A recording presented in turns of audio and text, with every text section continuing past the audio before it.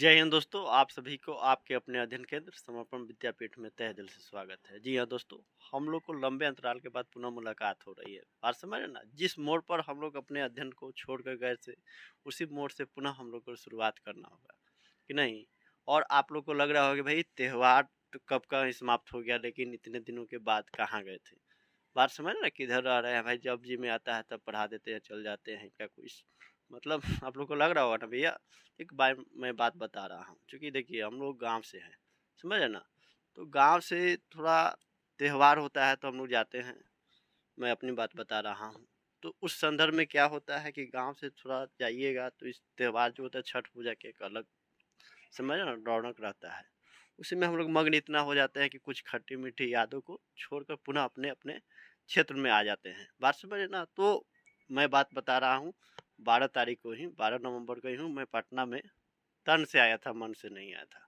फिर भी आना पड़ता है, क्या कीजिएगा, कुछ ऐसी बात रहती है तो आना ही पड़ता है। तो इसलिए थोड़ा उसको सामंजस्य बनाकर उसमें आना जाना लगा ही रहता है। तो इसलिए मैंने सोचा कि अब चलो भाई, कुछ ऐसी यादें रहती है उसको भूलना पड़ता है, और कुछ आपके जो काम होते हैं उनको करना ही पड़ेगा किसी भी स्थिति में। और ये मेरा जो कंटेंट बनाना, जो मेरा ये देखिएगा कि मेरा जो एक अलग मतलब क्या बोले, एक लत लग गया है। बिना मतलब मैं पटना में रहूँ और वीडियो ना बनाऊँ, इम्पॉसिबल होता है। किसी भी तरह का मैं बनाते रहता हूँ, स्टेटस हो, किसी भी तरह का एजुकेशनल हो। और हिंदी साहित्य आप लोग को पढ़ना है, जो समर्पण बैच है कक्षा 10वीं और 12वीं के लिए। तो हिंदी साहित्य के लिए मुझे कोई ज़्यादा सोचने की आवश्यकता नहीं है। बात समझ है ना। एक सप्ताह के लिए मेरे लिए काफ़ी है। हिंदी व्याकरण, हिंदी साहित्य दोनों को मिलाकर आराम से पढ़ लेंगे, गद्य खंड हो के काव्य खंड हो सबको। लेकिन अब आपको एक क्रमबद्ध तरीके में कैसे प्रस्तुत किया जाए, उसके लिए थोड़ा हमें सोचने की आवश्यकता पड़ता है। क्योंकि मुझे भी तो उतना नहीं आते, मुझे साफ नहीं आते, मतलब बोले ना 1% भी नहीं आती प्रतिशत। लेकिन मैं सीखता हूँ, समझता हूँ, उसके बाद आपको समझाने का प्रयत्न करता हूँ। एक मैं कभी भी नहीं बोल सकता हूँ कि मुझे संपूर्ण आता है। बात समझे ना। तो इसलिए बात को आप लोग समझिए भैया कि थोड़ा सा आपको अब ध्यान केंद्रित करना है, समझे ना। और आपको समझना है कि क्या पढ़ना है अथवा नहीं पढ़ना है।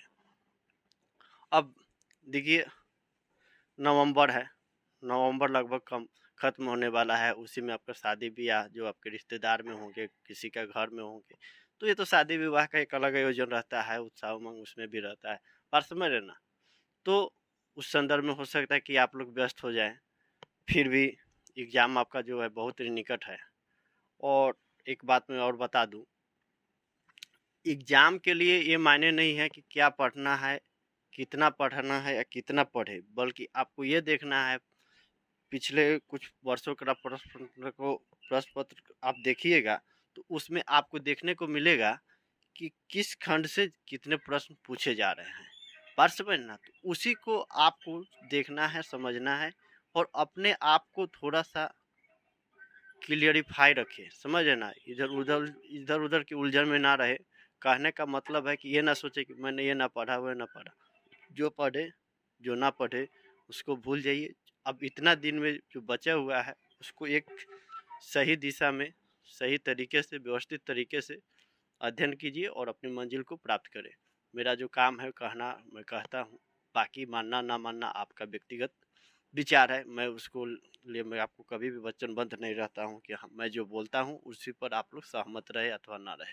ये आपका व्यक्तिगत विचार है। अब देखिए मेरा बात क्या है भैया, मैं आपको बता दूं। समर्पण बैच 2025 कक्षा 10वीं का हो अथवा 12वीं का हो, दोनों में आप देखिएगा कि कक्षा 10वीं में हो या कक्षा 12वीं में, गद्य खंड हिंदी साहित्य का है, संपूर्ण खत्म हो गया है। बात समझना। और उसमें लेखक परिचय यदि आपके पास पाठ्य पुस्तक हो तो उसे आप लोग पढ़ सकते हैं, नहीं तो मैं क्या करूँगा, नोट्स के थ्रू आप प्रोवाइड कर दूंगा, ठीक है। अब हिंदी व्याकरण और हिंदी साहित्य में क्या हम लोग को कौन सा खंड ज़्यादा पढ़ना है अथवा नहीं पढ़ना है, ये हम लोग को जानने बहुत ही आवश्यक है।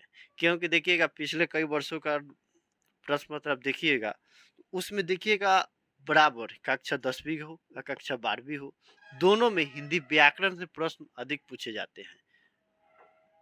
समझ है ना, लगभग लगभग मैं बता रहा हूँ 70 से 80 अंक आपके हिंदी व्याकरण से ही आएंगे। आपको 20 से 30 अंक जो है हिंदी साहित्य से आएंगे। तो आपको मैं बारंबार कहता हूँ कि आप हिंदी व्याकरण पर ज़्यादा ध्यान दें। ये नहीं कि हिंदी साहित्य को छोड़ दे, आपका रुचि हो तो आपको लग रहा हो कि भाई मना कर रहे हैं, आप ही तो बोले थे। नहीं, मैं बोल रहा हूँ कि इस पर ज़्यादा वो भी पढ़ना है, बट आपको इस पर भी ध्यान केंद्रित करना है, इसको भी पढ़ें। बात समझ है ना।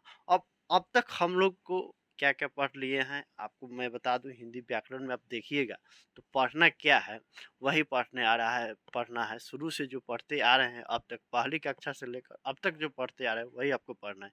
आगे भी प्रतियोगिता परीक्षा देंगे तो उसमें भी आपको वही पढ़ना होगा।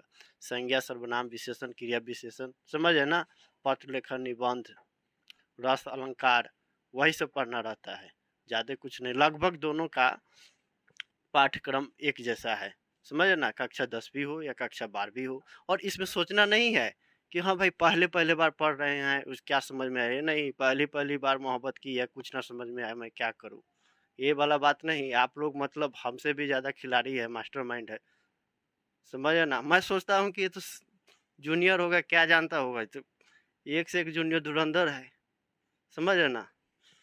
आप लोग को सब पता है। लेकिन एक और बात बता दूं, जो कक्षा 10वीं में और कक्षा 12वीं में संज्ञा सर्वनाम है, और जो आप कक्षा पहली या कक्षा 5वीं में पढ़े होंगे, तो उसमें देखिएगा कि थोड़ा सा आपको देखने को मिलेगा, अंतर इतना ही था कि थोड़ा सा वहाँ पर उसका जो क्या बोलते हैं उसका रूपरेखा परिवर्तित था। बात समझ है ना।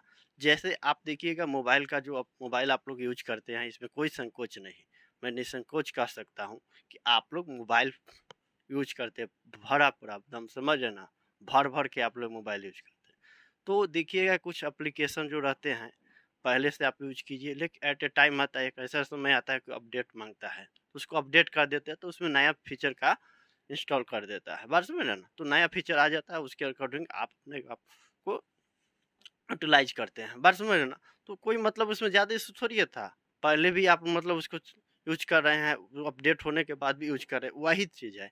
जो संज्ञा सर्वनाम का जो परिभाषा था वही रहेगा, लेकिन कक्षा कक्षा 12वीं का और कक्षा 10वीं का एक अलग पैमाना है, उसके अनुसार आपको अध्ययन करना है, जिससे कि अच्छा से अच्छा अंक प्राप्त कर सकते हैं। तो वो सब कैसे पता चलेगा कि हमको कैसे पढ़ना है अथवा नहीं पढ़ना है, तो इसके लिए आपको एक ही तरीका है कि पिछले कुछ वर्षों का आप प्रश्न पत्रों का जिक्र करें, उसको देखें, समझ ना, उस पर आप चिंतन करें, विचार विमर्श करें, ताकि आपको समझ में आएगा। कई सारे तर्क वितर्क करने के बाद आपको ये पता चलेगा कि हिंदी व्याकरण का जो कुछ ऐसे प्रश्न पत्र हैं कि बार बार दोहराए जा रहे हैं, समझ है ना, तो उसमें आप लोग निस्संदेह रहिएगा कि हाँ भैया ये आ रहा है, नहीं आ रहा है। फिलहाल हम बता दूं कि हम लोगों ने कक्षा 10वीं हो कक्षा 12वीं का देखिएगा आप परिवाची शब्द, विलोम शब्द और क्या बोलते हैं लोकोक्ति और मुहावरा पढ़ चुके हैं, समझ ना। और थोड़ा सा आप उसको एक बार किताब पलट के समझ, थोड़ा सा मतलब क्या बोलते हैं उसका जो कॉन्सेप्ट आप क्लियर रखते हैं तो आपको समझ में आ जाएगा। कुछ नहीं, परिभाषा क्लियर रखिए बस, उसके अतिरिक्त आपको कुछ समझ में नहीं आएगा। मतलब समझ में की आवश्यकता नहीं है कि हाँ ये है वे है, समझ है ना। और अब हम लोग का आगे का क्या होगा भैया पाठ्यक्रम, तो हम लोग का आगे का हिंदी व्याकरण में ही हम लोग पढ़ेंगे, बात समझ रहे ना। तो हिंदी व्याकरण का हम लोग कक्षा शुरू होगा, संज्ञा से हम लोग पढ़ेंगे, बात समझ रहे ना। और आपको लगे कि हाँ परिवाची शब्द, विलोम शब्द ये सब हो, तो ये सब का पहले से समझ रहे ना कंटेंट बना हुआ है, उस पर आप लोग जाकर विजिट कर सकते हैं, सेपरेट बना हुआ है, समझ रहे ना।